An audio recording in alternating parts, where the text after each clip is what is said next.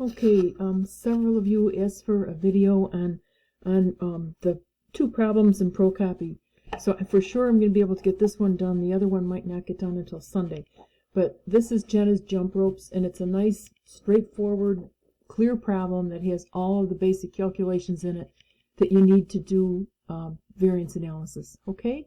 And the first thing that you want to see is, first of all, so you should have this problem in front of you, okay, so you can make notes too. But the first thing is that these are the standards. All right, so we've got standards, and then down here, this is for the year just completed. These are my actual numbers here. And if we wanted to, we could take these and maybe, if I didn't, maybe make another table like that. But this is pretty clean because at least it's separate sentences, So the standards per unit are 4 yards of rope. They're making jump ropes. 4 yards of rope at $3.50 per yard. So a unit cost would be $14. Okay. Direct labor, it takes an hour and a half to make a jump rope. At $12 per labor hour, that's $18. And variable overhead is based on direct labor hours, which it frequently is. Okay. So 1.5 direct labor hours at $2 per direct labor hour. Okay. And variable overhead is the one you're going to have to be careful with. And then the last one we have here is fixed overhead, and that is also based on direct labor dollars. So, and they come up with a dollar amount per unit of $9. That's the rate. So what we do is we take the total fixed manufacturing overhead, estimated overhead, divided by the estimated driver, and they came up with the rate. Okay? So now for our actual numbers, they actually completed 20,000 units.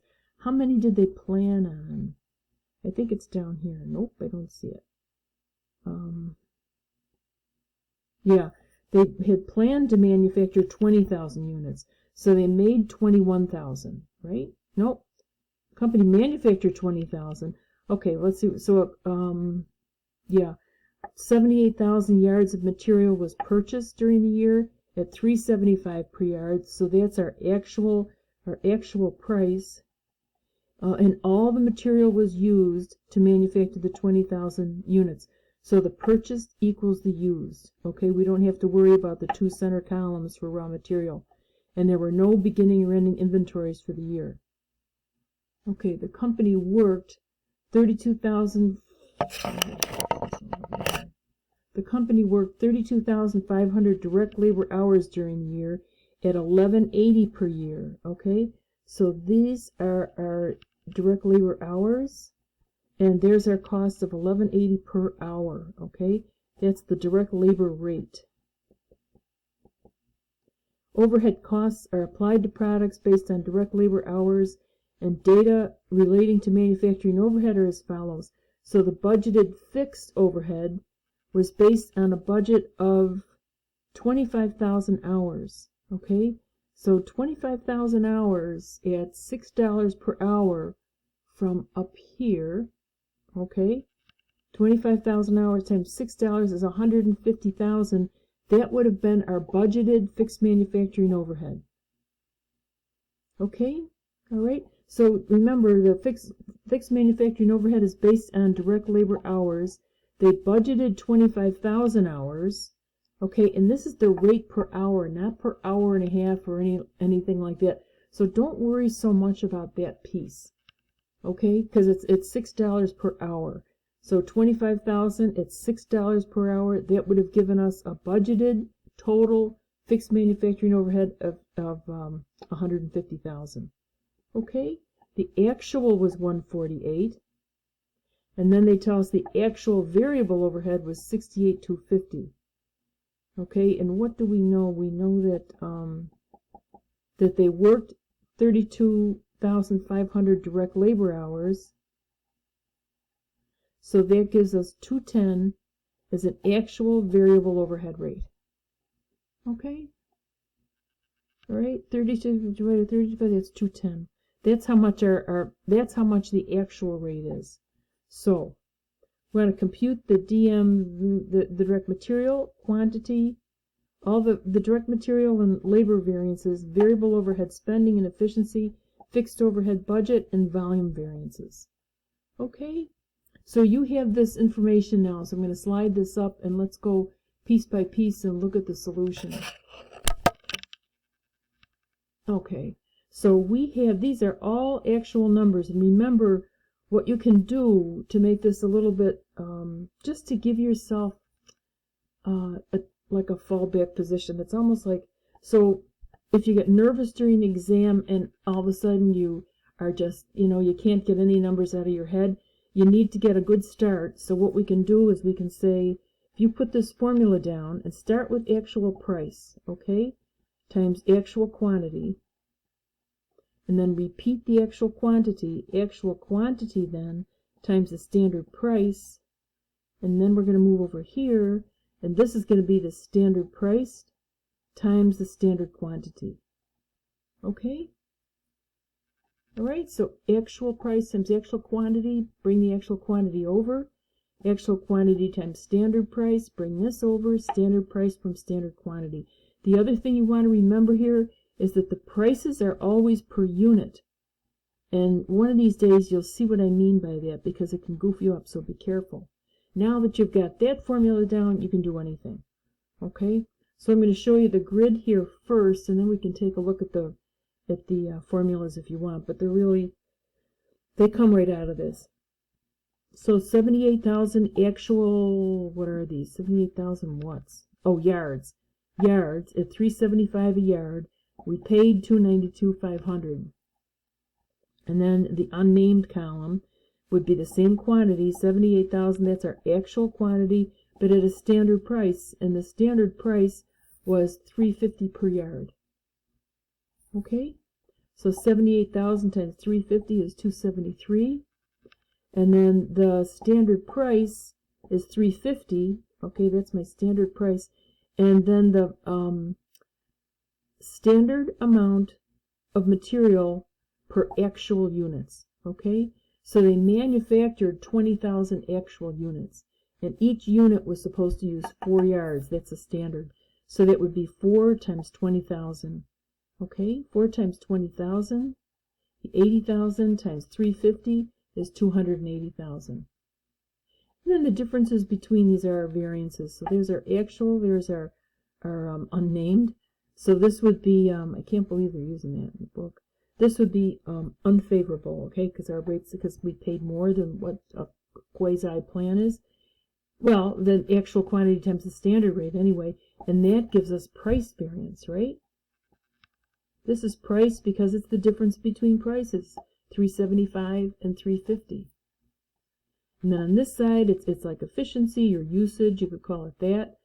$3.50, we use the standard price both times, but this is 78,000 is what we actually used.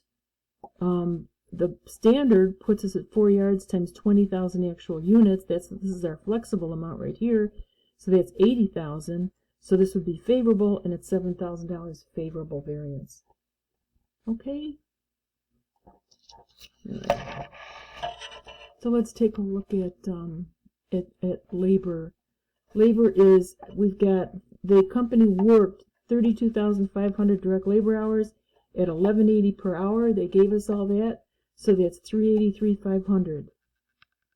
Okay, and I suggest that you restate this formula. So this would be the actual rate times the actual hours.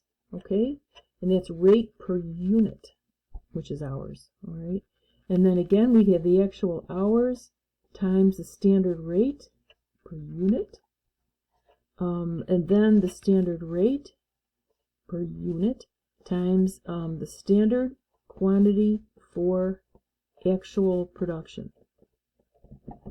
Okay? Alright. So, 383.5. Our actual hours again are 32.5. The standard rate was $12. Okay, there's our standard rate is $12. So that's $390. The difference between these is $6,500, and it's favorable because our actual is less. Okay, and then here we've got $1.50 labor hours, 1.5 direct labor hours times 20,000 actual units. So you do need that 1.5. Oh no. Well, this is for labor. What gives us what is it, 1.5, that's 30,000 times 12, that's our standard rate, is 360,000. So the difference here we've got 30,000 unfavorable. So what you could say, you want to read about this section in the book a little bit, but what you could, just to get this story straight for this is over here, this is usage or efficiency variance. So we may have saved money on direct labor, okay, but they used a lot of stuff, okay? We went through a lot of, but they weren't very efficient, you could say that. They took how many hours? They took, actual hours are 32.5, and we expected it to be 30,000. Okay, so that's what that difference reflects. Now, variable overhead's also based on direct labor hours. So for variable overhead, we've got 32.5, and this is times $2.10. Let's see.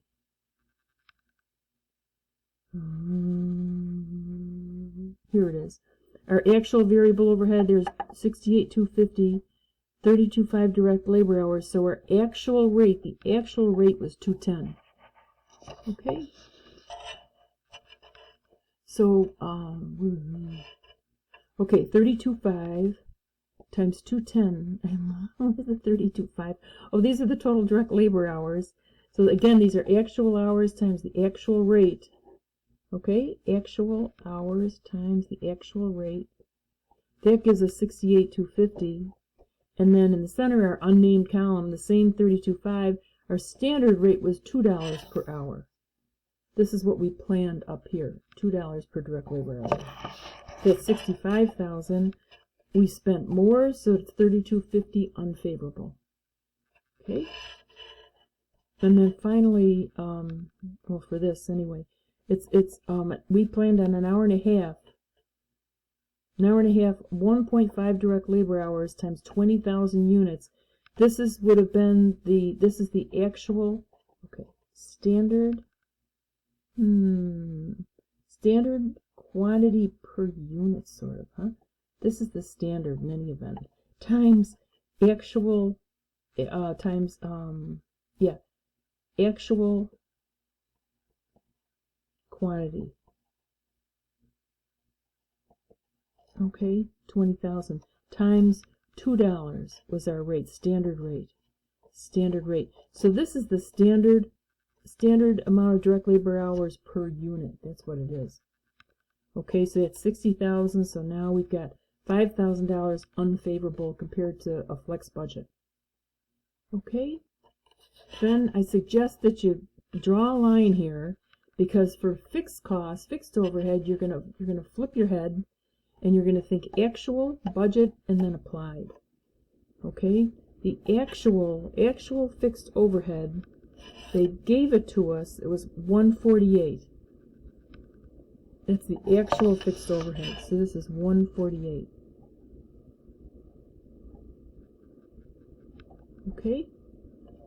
And the budgeted fixed overhead would have been at 25,000 direct labor hours at $6 per hour. That would have been 150,000, and we figured that out right up here. Okay? That's our budget. And then what was applied? The applied piece is 20,000 actual units at $1, 1.5 direct labor hours at $6 a piece. So we applied 180,000. Okay, so this is a $30,000 favorable variance. Okay, now this is already 14 minutes long. If you want more information on this, or if you have questions, just ask me, okay? And I can I'll put it in there someplace. I'll put some answers in. Okay, good luck with this.